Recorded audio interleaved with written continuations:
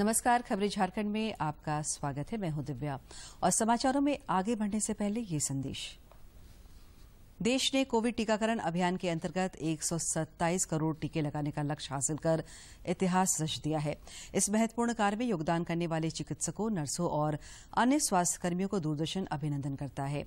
इसके साथ ही हम आपको सतर्क भी करना चाहते हैं कि कोविड अभी समाप्त नहीं हुआ है। आप सभी से हमारी अपील है कि यथाशीघ्र दोनों टीके लगवाएं और अन्य लोगों को भी टीके लगवाने के लिए प्रेरित करें। मास्क लगाएं और 2 गज की सुरक्षित दूरी बनाए रखें। बार बार हाथ धोएं और चेहरा साफ रखें। कोविड से संबंधित जानकारी और मार्गदर्शन के लिए राष्ट्रीय हेल्पलाइन काम कर रही है। इनके नंबर हैं 011-2397-8046 और 1075। इसके अलावा राज्य हेल्पलाइन नंबर 104 डायल कर समस्या का त्वरित समाधान लिया जा सकता है। और अब समाचार विस्तार से। प्रधानमंत्री नरेंद्र मोदी ने आज उत्तर प्रदेश के वाराणसी में पुनरुद्धार किए गए श्री काशी विश्वनाथ धाम का लोकार्पण किया। प्रधानमंत्री ने श्रद्धालुओं को संबोधित करते हुए पुराणों का जिक्र किया और कहा कि जैसे ही कोई काशी में प्रवेश करता है, सारे बंधनों से मुक्त हो जाता है। उन्होंने कहा कि काशी विश्वनाथ धाम भारत की सनातन संस्कृति का प्रतीक है।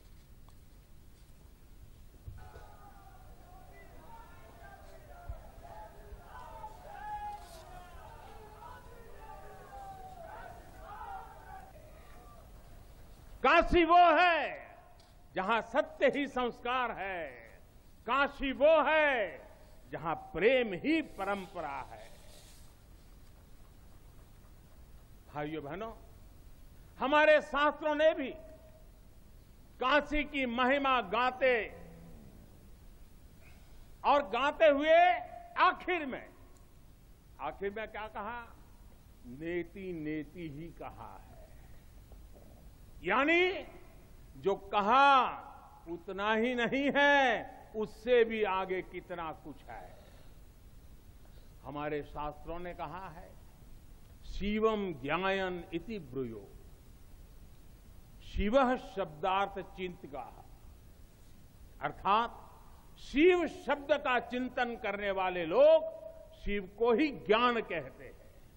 इसलिए ये काशी शिवमयी है, ये काशी ज्ञानमयी है। और इसलिए ज्ञान, शोध, अनुसंधान ये काशी और भारत के लिए स्वाभाविक निष्ठा रहे हैं। भगवान शिव ने स्वयं कहा है, सर्व क्षेत्रेषु भूपृष्ठे, सर्व क्षेत्रेषु भूपृष्ठे काशी क्षेत्रम च मे वपु। अर्थात धरती के सभी क्षेत्रों में काशी साक्षात मेरा ही शरीर है। इसलिए यहां का पत्थर, यहां का हर पत्थर शंकर है। इसलिए हम अपनी काशी को सजीव मानते हैं और इसी भाव से हमें अपने देश के कण कण में मातृभाव का बोध होता है। हमारे शास्त्रों का वाक्य है, दृश्यते स्वर्ग सर्वे है, काश्यम विश्वेश्वर तथा। यानी काशी में सर्वत्र हर जीव में भगवान विश्वेश्वर के ही दर्शन होते हैं। इसलिए काशी जीवत्व को सीधे शिवत्व से जोड़ती है। हमारे ऋषियों ने भी कहा है, विश्वेश्वम शरणम याया समे बुद्धि प्रदास्यति। अर्थात भगवान विश्वेश्वर की शरण में आने पर समबुद्धि व्याप्त हो जाती है। बनारस वो नगर है जहां से जगत गुरु शंकराचार्य को श्री डोम राजा की पवित्रता से प्रेरणा मिली। उन्होंने देश को एकता के सूत्र में बांधने का संकल्प लिया। प्रधानमंत्री नरेंद्र मोदी ने काशी विश्वनाथ धाम के लोकार्पण के बाद परिसर का अवलोकन भी किया।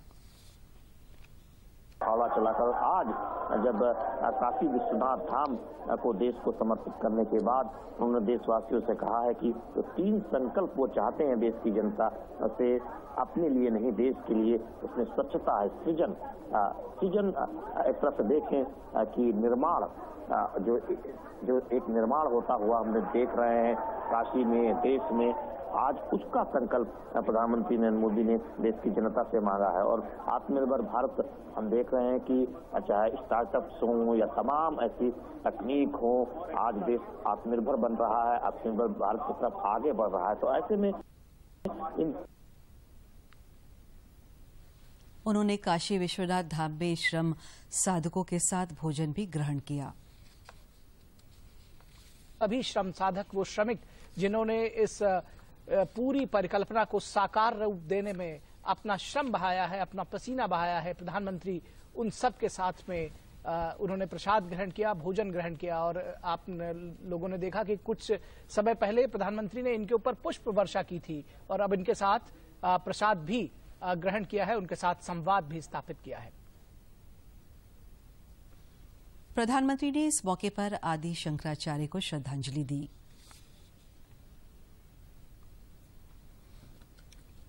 मोदी श्रद्धा सुमन अर्पित कर रहे हैं महारानी अहिल्याबाई होलकर को, माफ करिएगा, आदि शंकराचार्य की मूर्ति लगी हुई है। आदि शंकराचार्य जिनका काशी से विशिष्ट नाता रहा है। केदारनाथ धाम में भी भगवान आदि शंकराचार्य के समाधि का पुनर्निर्माण किया गया और इससे पहले केदारनाथ धाम के विकास परियोजनाओं का लोकार्पण, विकास परियोजनाओं का काफी वहां पर विकास हुआ है। प्रधानमंत्री जी की इससे पहले की केदारनाथ यात्रा में आपने देखा है, ये मूर्ति मंदिर परिसर में स्थापित की गई है। काशी विश्वनाथ धाम के लोकार्पण के लिए वाराणसी पहुंचने पर स्थानीय लोगों ने काल भैरव मंदिर के बाहर प्रधानमंत्री नरेंद्र मोदी का भव्य स्वागत किया। की गई है और ये तस्वीर एक बार फिर से लाइव काल भैरव मंदिर के बाहर से, जहां पे स्वस्फूर्त तरीके से तमाम लोग जो मौजूद हैं प्रधानमंत्री को अपने बीच पाकर कितने उत्साहित हैं और प्रधानमंत्री भी उनके अभिवादन को स्वीकार करते हुए, और एक मुस्कान, स्थायी मुस्कान का भाव प्रधानमंत्री के चेहरे पे साफ तौर पे दिखाई पड़ रहा है, क्योंकि वो भी उन लोगों के बीच में अपने को अभिभूत पा रहे हैं जिन लोगों ने उन्हें सांसद बनाकर ये जिम्मेदारी दी है कि यहाँ के लिए वो कुछ कर सके। और निश्चित तौर से हाथ जोड़कर, दोनों हाथ जोड़कर, इस प्रकार से हवा में हाथ जोड़कर ये दिखाता है प्रधानमंत्री किस प्रकार से अपना अभिवादन। देवघर के बाबा मंदिर सहित राज्य भर में कई जगहों पर काशी विश्वनाथ के लोकार्पण कार्यक्रम का सीधा प्रसारण किया गया। गिरिडीह के मधुबन में भाजपा द्वारा भारत सरकार की जन कल्याणकारी योजनाओं को जन जन तक पहुंचाने के लिए आयोजित प्रशिक्षण शिविर में भी काशी विश्वनाथ धाम के लोकार्पण कार्यक्रम का सीधा प्रसारण दिखाया गया। इस अवसर पर पूर्व मुख्यमंत्री सह विधायक दल के नेता बाबूलाल मरांडी, पूर्व मंत्री अमर बावरी और विधायक मनीष जायसवाल मौजूद थे।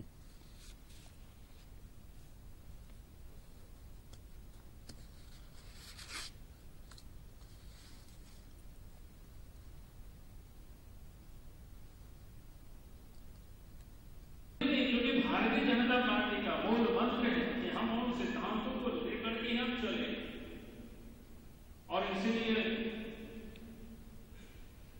आप सोचने जा रहा हूं कि भारतीय जनता पार्टी की जब नरेंद्र मोदी जी के नेतृत्व में सरकार बनी तो प्रारंभ में वहीं से प्रारंभ होगा। जमशेदपुर के सूर्यधाम मंदिर में बाबा काशी विश्वनाथ धाम कॉरिडोर के लोकार्पण कार्यक्रम के प्रसारण के मौके पर पूर्व मुख्यमंत्री सह भाजपा के राष्ट्रीय उपाध्यक्ष रघुवर दास ने कहा कि प्रधानमंत्री ने काशी को विश्व की आध्यात्मिक राजधानी बनाने का काम किया है।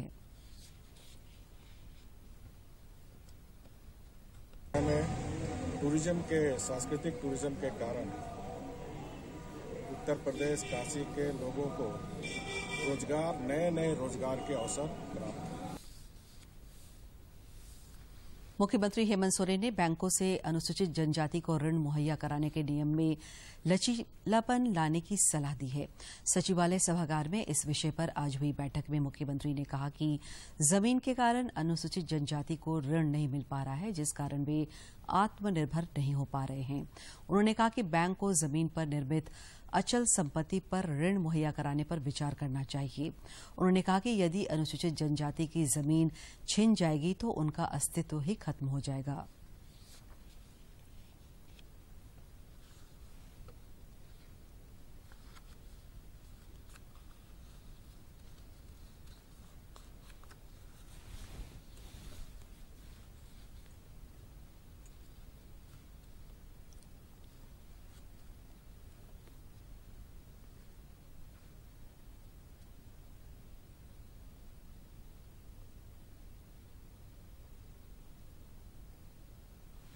देश में कोविड के खिलाफ जंग जारी है। इस समय अस्पतालों में 91,456 लोगों का इलाज चल रहा है।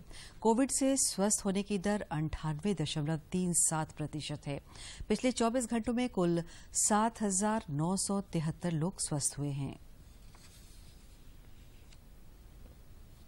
इधर झारखंड में भी कोरोना को मात देने के लिए अनवरत जंग जारी है, जिसमें कोरोना योद्धाओं को लगातार सफलता मिल रही है। राज्य में दैनिक मामलों के साथ ही एक्टिव केसों की संख्या भी कम हो रही है। पिछले 24 घंटे के दौरान राज्य में कोरोना के 11 सक्रिय मामले पाए गए हैं और 131 सक्रिय मामले शेष रह गए हैं। वहीं राजधानी रांची से 4 कोरोना संक्रमित पाए गए हैं। राष्ट्रव्यापी टीकाकरण अभियान के अंतर्गत अब तक 133 करोड़ 24 लाख कोविड टीके लगाए जा चुके हैं। सरकार द्वारा लोगों को टीका लगाने के लिए विभिन्न माध्यमों से जागरूक भी किया जा रहा है।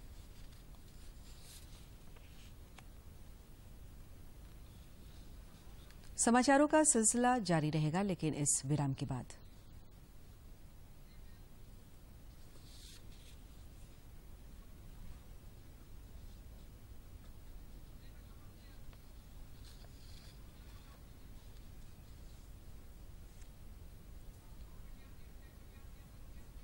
है ना, इसका सब प्रॉपर चलता है। कल उसके बैंक अकाउंट में 15,000 रुपए का फ्रॉड हुआ है, पता है? इसको तो कोई टेंशन ही नहीं होती है। देखना। टेंशन क्यों? मेरी कोई गलती नहीं थी। फिर भी फ्रॉड होने पर मैंने तुरंत बैंक को इन्फॉर्म कर दिया। आरबीआई कहता है अगर आपके अकाउंट से किसी ने धोखे से पैसे निकाले हैं तो बैंक को जल्द से जल्द इन्फॉर्म कीजिए। 3 दिन के अंदर इन्फॉर्म किया तो कोई नुकसान नहीं होगा। जितना लेट करोगे उतना ज्यादा नुकसान। और सुन, सब चलता नहीं है, प्रॉपर चलाना पड़ता है। आरबीआई कहता है जानकार बनिए, सतर्क रहिए। विराम के बाद आपका स्वागत है। राष्ट्र आज 2001 के संसद आतंकी हमलों के शहीदों को श्रद्धांजलि दे रहा है। संसद पर आतंकवादी हमले की 20वीं बरसी पर दोनों सदनों ने लोकतंत्र की रक्षा में प्राणों की आहुति देने वालों को श्रद्धांजलि दी।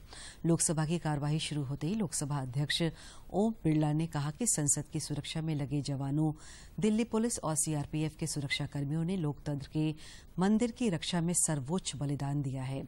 उधर राज्यसभा की बैठक शुरू होते ही सभापति एम वेंकैया नायडू ने कहा कि सदन हमारे सुरक्षा कर्मियों के सर्वोच्च बलिदान को कृतज्ञता के साथ याद करता है।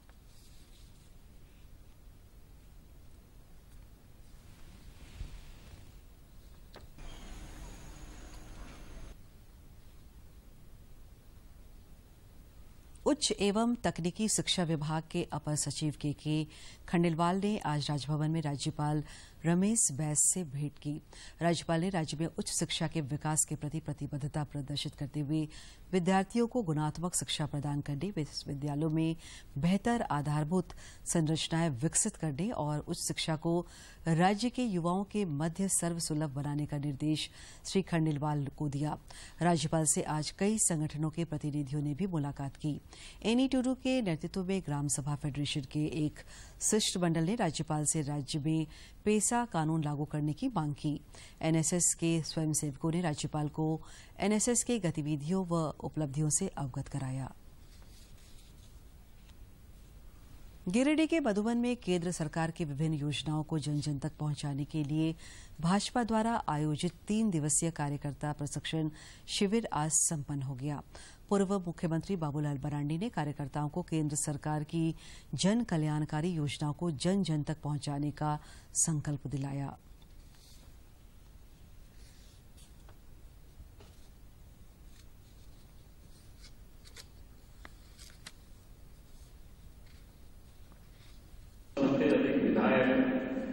किसी एक पॉलिटिकल पार्टी के हैं सबसे अधिक राज्यों में सरकार, तो ये भारतीय जनता पार्टी। ये अगर संभव हो पाया है तो आप सब कार्यकर्ता के बदौलत ये संभव हो पाया। झारखंड मुक्ति मोर्चा की केंद्रीय कार्यकारिणी समिति की बैठक 18 दिसंबर को राजधानी रांची के हरमू में होगी। इस बैठक की तैयारी जोर शोर से की जा रही है। बैठक में केंद्रीय अध्यक्ष के चुनाव के साथ साथ राजनीतिक प्रस्ताव पारित किए जाएंगे। अपराध अनुसंधान विभाग ने साइबर अपराध से जुड़े मामले में एक अपराधी को गिरफ्तार किया है। इसके द्वारा फर्जी बैंक मैनेजर बनकर केवाईसी अपडेट के नाम पर लाखों रुपए की ठगी की गई है। अपराध अनुसंधान विभाग सीआईडी ने तपन कुमार दत्त नामक एक साइबर अपराधी को दुमका जिले से गिरफ्तार किया है। मेरा नाम है इसका तनुप कुमार दत्त। सीसीपीएस सीआईडी का 6/18 केस में वांटेड चले आ रहे तनुप उर्फ तनुप कुमार दत्त जो एसबीआई ब्रांच मैनेजर के नाम रूप में जो है अपने आप को डिस्गाइज करके करीब 2,24,000 रुपया विक्टिम से पैसा हड़प लिया था और इसको हम लोग वर्क करके तनुप कुमार दत्त को अभी जो है पकड़ के लाया गया दुमका से। राज्य भर में रात्रि के दौरान तापमान में गिरावट दर्ज की जा रही है। पिछले 24 घंटे में न्यूनतम तापमान में 3 से 4 डिग्री सेल्सियस की गिरावट दर्ज की गई है। मौसम विज्ञान केंद्र रांची के मुताबिक अगले एक सप्ताह में राज्य में बादल छाने के आसार नहीं के बराबर हैं। मौसम साफ होने से कनकनी बढ़ेगी और ठंड का एहसास भी होगा।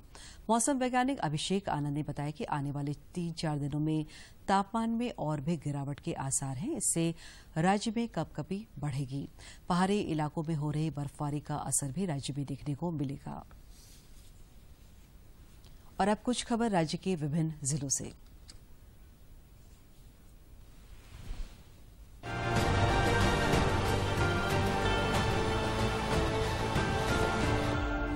देवघर के उपायुक्त मंजूनाथ भजंत्री ने आपके अधिकार आपकी सरकार आपके द्वार कार्यक्रम के क्रियान्वयन को लेकर अधिकारियों को कई निर्देश दिए। वर्चुअल तरीके से उन्होंने आवेदनों के निष्पादन, 100% कोविड टीकाकरण के साथ ही परिसंपत्तियों के वितरण को लेकर अधिकारियों को दिशा निर्देश दिए। जिले में 87% आवेदनों का निष्पादन किया गया। साहेबगंज पतना प्रखंड में 16 दिसंबर को दिव्यांगों का प्रमाण पत्र बनाने के लिए विशेष शिविर लगाया जाएगा। जिले के उपायुक्त रामनिवास यादव ने कहा कि पतना प्रखंड कार्यालय में ये कैंप आयोजित किया जाएगा। जिन दिव्यांग जनों का प्रमाण पत्र नहीं बना है वह शिविर के माध्यम से बनवा सकते हैं। आपकी सरकार आपके द्वार कार्यक्रम के तहत आज रांची के 7 प्रखंडों के 9 पंचायतों में शिविर लगाया गया। शिविर के दौरान लोगों के आवेदनों का निष्पादन किया गया। इस दौरान लोगों को सरकार की कल्याणकारी योजनाओं की जानकारी भी दी गई। लोहरदगा जिले में भी विभिन्न पंचायतों में शिविर लगाकर आपके अधिकार आपकी सरकार आपके द्वार कार्यक्रम के तहत कार्यक्रम का आयोजन किया गया। दूर दराज से आए लोगों को इस शिविर में सरकार की कल्याणकारी योजनाओं की जानकारी दी गई। क्षेत्रीय लोक संपर्क ब्यूरो गुमला सूचना एवं प्रसारण मंत्रालय भारत सरकार द्वारा आजादी के अमृत महोत्सव पर कस्तूरबा गांधी बालिका विद्यालय भरनों में छात्राओं द्वारा 1971 के युद्ध में पाकिस्तान पर भारत की जीत एवं भारत के पूर्व प्रधानमंत्री अटल बिहारी वाजपेयी को नमन किया गया। जिला प्रशासन कोडरमा द्वारा जल संरक्षण पर कार्यशाला का आयोजन किया गया। विभिन्न पंचायतों से आए मुखिया और जनप्रतिनिधियों को जल संरक्षण करने की प्रक्रिया से प्रशिक्षित किया गया। रांची सीआईडी ने फर्जी बैंक मैनेजर बनकर लोगों के खाते से पैसा उड़ाने वाले एक साइबर अपराधी को गिरफ्तार किया है। आरोपी के पास एक मोबाइल, एक एटीएम और 2 सिम कार्ड बरामद किया गया है। आरोपी ने बैंक मैनेजर बनकर केवाईसी अपडेट के नाम पर फोन कर 2,24,000 रुपए की ठगी की थी। राज्य के पर्यटन, कला, संस्कृति, खेल कूद एवं युवा विभाग द्वारा जिलों में मुख्यमंत्री आमंत्रण फुटबॉल प्रतियोगिता कराया जा रहा है। जिला खेल मैदान में हो रहे इस प्रतियोगिता को लेकर युवाओं में खूब उत्साह देखने को मिल रहा है। 16 से 25 दिसंबर तक तमिलनाडु के कोविलपट्टी में आयोजित 11वीं हॉकी इंडिया राष्ट्रीय जूनियर पुरुष हॉकी चैंपियनशिप के लिए 20 सदस्यीय हॉकी झारखंड की टीम आज तमिलनाडु रवाना हुई। हॉकी झारखंड के अध्यक्ष भोलानाथ सिंह ने टीम के सभी खिलाड़ियों को विदा किया। 25 दिसंबर को क्रिसमस है। इसका उत्साह और उमंग अभी से ही लोगों में दिखने लगा है। रांची के बाजारों में मसीही धर्मावलंबी क्रिसमस ट्री सजावट के सामान की खरीदारी करते नजर आ रहे हैं। बाजारों में सामानों की रौनक भी दिख रही है।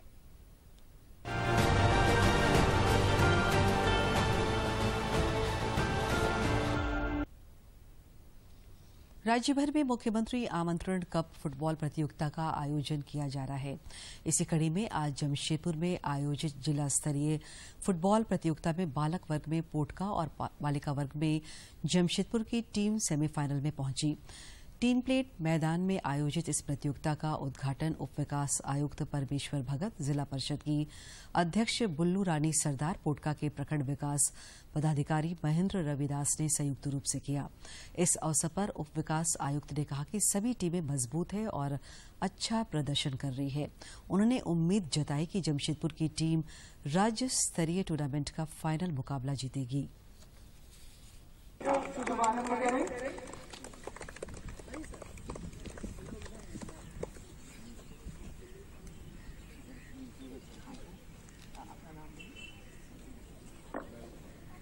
आज हमारे मुख्य अतिथि डीडी सर के बाद जिला लेवल पर पहुंचे। आज शुभारंभ है और हमारा टीम काफी मजबूत है।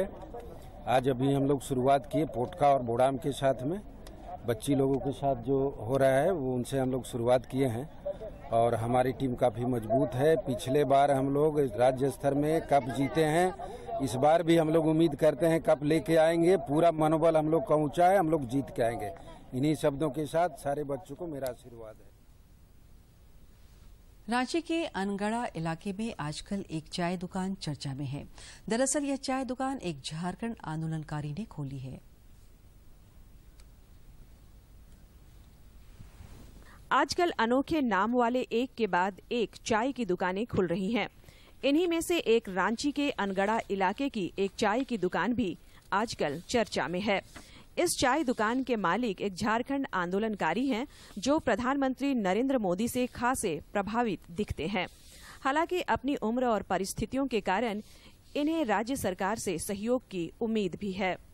मजबूरी में उस समय आंदोलन का जो रूपरेखा था, अभी तो बदलाव काफी हो गया। बदलाव हुआ तो अपने को तो कुछ नहीं मिला। हम मजबूर है कि चाय अगर नहीं बेचेंगे तो मेरा रोजी रोटी नहीं चलेगी। हम तो बोले कि चाय तो मेरा प्रधानमंत्री भी तो बेच के प्रधानमंत्री बने, तो आज अगर हम चाय बेच रहे, चाय बेचना कोई बुरा काम नहीं है। हम बहुत ज्यादा खुश है। हम चाहते हैं कि मेरा एक बेटा है जो मैट्रिक है, उनका एज भी 20 से 25 साल के अंतर्गत है, उनको कहीं जॉब मिल जाएगा तो हमको डेफिनेट है कि एक राहत मिल जाएगा। इस झारखंड आंदोलनकारी को चाय दुकान खोलने के लिए स्थानीय लोगों ने भरपूर मदद की। चूल्हे बर्तन से लेकर शुरुआती पूंजी तक की मदद आस पड़ोस के लोगों ने ही दिया। अब तो इस चाय दुकान पर ग्राहकों की अच्छी खासी भीड़ लगी रहती है। जब यहाँ पर आए तो मिश्रा जी में इतना एबिलिटी है, इतना जो है वो नहीं था कि लोगों को बताएं अपनी बात। लेकिन मैं खुद, मेरा भी बगल में दुकान है, मैं बुला करके पूछा कि भाई आपके रहने वाले कहाँ के हैं? बोले हम फलाना जगह के रहने वाले। हम बोले पैर कैसे ऐसा हो गया, लंगड़ा के चलते हैं, क्या हुआ दिक्कत? बोला कि अरे भाई हम तो झारखंड आंदोलनकारी हैं, हमारा जो पैर लग गया था, लोग पुलिस वाला लोग मारा था और मार कर मेरा पैर जो है तोड़ दिया है ना। तो फिर सभी लोगों, जितना भी अगल बगल दुकानदार लोग हैं, सब लोगों ने उनको मदद किया। कोई पैसा दिया, कोई डेक्सा डेक्ची दिया, कोई गैस दिया और इनको खड़ा किया और खड़ा करके आज जैसे कि चाय बेच रहे हैं और सभी लोगों को पूरा बाजार में ये जो है चाय पिला रहे हैं। कोई काम छोटा या बड़ा नहीं होता। यदि लगन से मेहनत की जाए तो हर काम में तरक्की मिलती है। कल तक चाय के ठेले लगाने में लोगों को संकोच होता था, लेकिन आज आदित्य मिश्रा जैसे लोगों को इसमें फक्र महसूस होता है। रांची से अवधेश गौतम की रिपोर्ट। जामताड़ा जिले की किशोरियों एवं युवतियों को तेजस्विनी परियोजना के तहत कौशल प्रशिक्षण देकर हुनरमंद बनाया जाएगा ताकि वे स्वरोजगार से जुड़कर आत्मनिर्भर बन सके। महिलाओं को सशक्त बनाने में तेजस्विनी परियोजना वरदान साबित हो रही है। तेजस्विनी परियोजना के तहत जामताड़ा जिला के नारायणपुर प्रखंड के युवा उत्प्रेरकों को प्रशिक्षित किया गया है ताकि वे प्रशिक्षण प्राप्त कर पढ़ाई छोड़ चुके किशोरियों की पहचान कर क्लब का गठन करें। मैं नारायणपुर प्रखंड में चल रहे तेजस्विनी परियोजना का क्षेत्र समन्वयक हूँ। आज हमारे प्रखंड कार्यालय में सभी युवा उत्प्रेरकों को बुलाया गया है। आज यहाँ पर एक प्रशिक्षण शिविर का आयोजन किया गया है। इस प्रशिक्षण शिविर में मोबाइल बेस्ड एक एप्लीकेशन है साइकोमेट्रिक टेस्ट के संबंध में, जो सभी युवा उत्प्रेरक आज ले रहे हैं। इसके बाद वो सभी अपना क्लब स्तर में जाके सभी किशोरी तेजस्विनी क्लब से जुड़े हुए जिनका 16 से 24 साल का आयु वर्ग है, उन सभी का साइकोमेट्रिक टेस्ट लिया जाएगा। मैं आज टेट का प्रशिक्षण लेने आई हूँ और मुझे खुशी लग रहा है कि मैं इस प्रशिक्षण को लेके इस किशोरिया नृत्यों को जाके व्यवसायिक एवं व्यापारिक कौशल प्रशिक्षण से जोड़ पाऊंगी।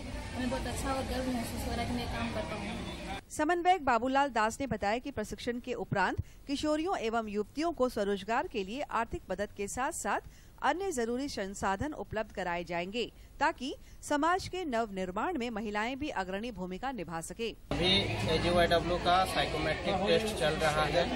इसके पश्चात किशोरियों को वोकेशनल स्किल और बिजनेस स्किल के लिए जोड़ा जाएगा और साथ ही उनको जॉब भी प्रोवाइड किया जाएगा। परियोजना के माध्यम से की जा रही पहल से महिलाओं में कुछ कर गुजरने को लेकर आत्मबल पैदा हो रहा है। इतने दिन से जो लोग चाह रहे थे कि नहीं जो काम सीखने का वो चीज आने वाला, तो इस हम मोबाइल एप्लीकेशन के द्वारा उस चीज को हम लोग पूरा करेंगे। घर घर जाके उन लोगों को ट्रेनिंग देंगे कि कौन इसमें भाग लेगी और क्या क्या सीखेगी। परियोजना का उद्देश्य आज पूरा होने जा रहा है, जिसमें हमें बहुत खुशी मिल रहा है। 2 साल से पूरी AGYW इस दिन का बहुत से दिनों से इंतजार कर रहे हैं कि कब हम लोगों का उद्देश्य पूरा होगा, कब हम लोग सशक्त हो पाएंगे, कब हम लोग मजबूत हो पाएंगे। तेजस्विनी परियोजना से समाज में रूढ़िवादिता तो समाप्त होगी ही, प्रशिक्षण प्राप्त महिलाएं समाज को नई दिशा दिखाने में मददगार साबित होंगी और उनके परिवार का मान सम्मान भी बढ़ेगा। जामताड़ा से सुभाष प्रसाद सिंह की रिपोर्ट।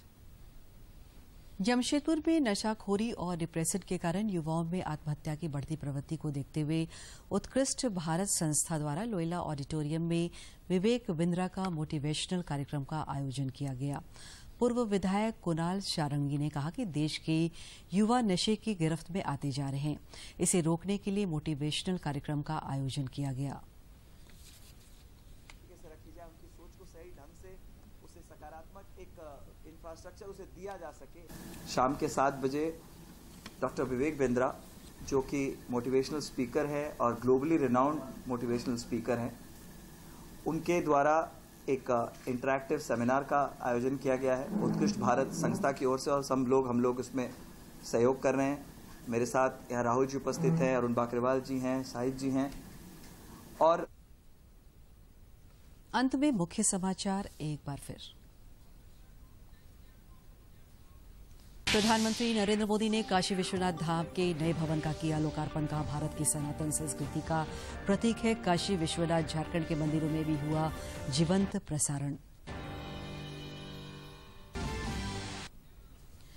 मुख्यमंत्री हेमंत सोरेन की अध्यक्षता में अनुसूचित जनजाति के लोगों को बैंकों द्वारा ऋण उपलब्ध कराने को लेकर हुई समीक्षा।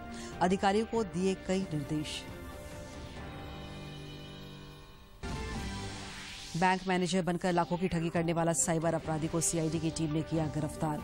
निशानदेही के आधार पर अन्य साइबर फ्रॉड की गिरफ्तारी का प्रयास जारी। और पिछले 24 घंटे में राज्य के ज्यादातर इलाकों में 2 से 3 डिग्री गिरा तापमान। पहाड़ों पर हो रही बर्फबारी से अगले कुछ दिनों में बढ़ेगी ठिठुरन।